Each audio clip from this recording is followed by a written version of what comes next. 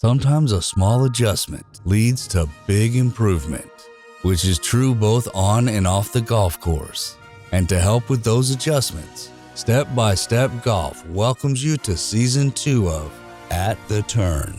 And now, here's our host, Todd Gober. Hi folks, welcome to the next episode of At the Turn. As you know, this is part 2 of a theme that we're doing called Settle the Score. Last time, Easter Sunday, we talked about how Jesus settled the score in terms of our salvation and eternity in heaven. Today we're focused on believers, and we're talking about holiness and becoming Christ-like. So the message mainly today is for believers. For those of you that have not trusted in Jesus yet, I hope this will be encouraging to you. And as always, feel free to reach out if you guys have questions for us. Our contact information is on the website. We hope you'll reach out and follow up with us. Let me focus today on 1 Peter. Now, we read part of 1 Peter in the last episode. I'm going to actually back up a few verses before that. 1 Peter 1, starting in verse 13. Therefore, with minds that are alert and fully sober, set your hope on the grace to be brought to you when Jesus Christ is revealed at his coming. As obedient children, do not conform to the evil desires you had when you lived in ignorance, but just as he who called you is holy, so be holy in all you do, for it is written, be holy because I am holy. Okay, let's take a minute and talk about why we divided up this series into 2 parts. Part 1 of Settle the Score was last time. It was focused specifically on the Easter message and the fact that Jesus settled the score for us regarding salvation and regarding us living in eternity in heaven with God. Jesus did that. There's nothing we can do to help settle the score. He did it all. And so now this week we're focused on holiness and becoming Christ-like. So this message really, as I said earlier, is kind of directed at believers, those people that have already entrusted and surrendered their life to Christ. We now have that obligation to become holy and to become Christ-like. And I wanted to make sure those messages did not get blended. Our actions and our attempts to be good have nothing to do with salvation and closing that gap of between us and God. Jesus did that all.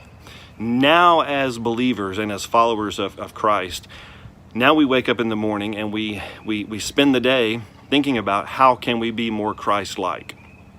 That's what today's message is about. And so I want to challenge you guys with one specific thought in today's message. And it's the title of the message, Settle the Score.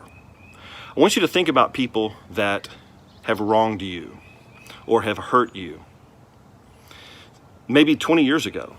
Take time to think about that. Even in this moment, take time. You may be thinking about, one very specific incident.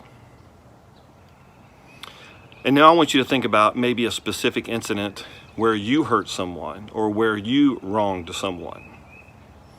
Over the last 20 years, I've had several of these moments, and I hope that I've taken the opportunity to reach out to those folks and to settle the score.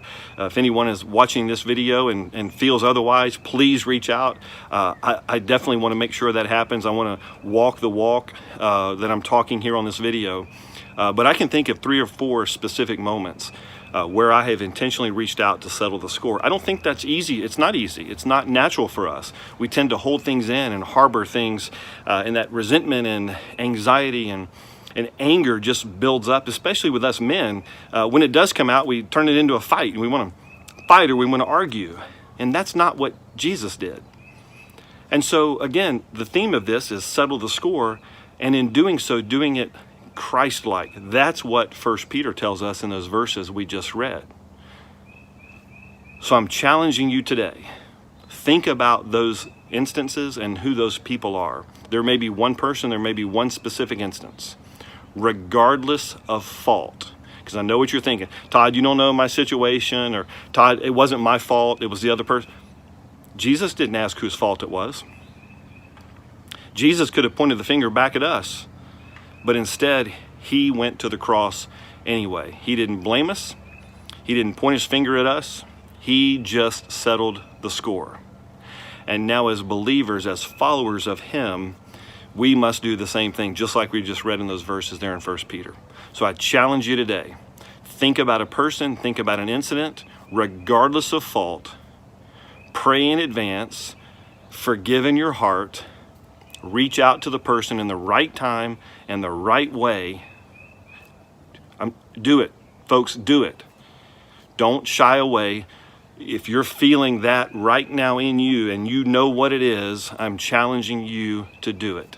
In doing so, you will be doing it in the way just like Christ did. Take the opportunity to settle the score. See you next time.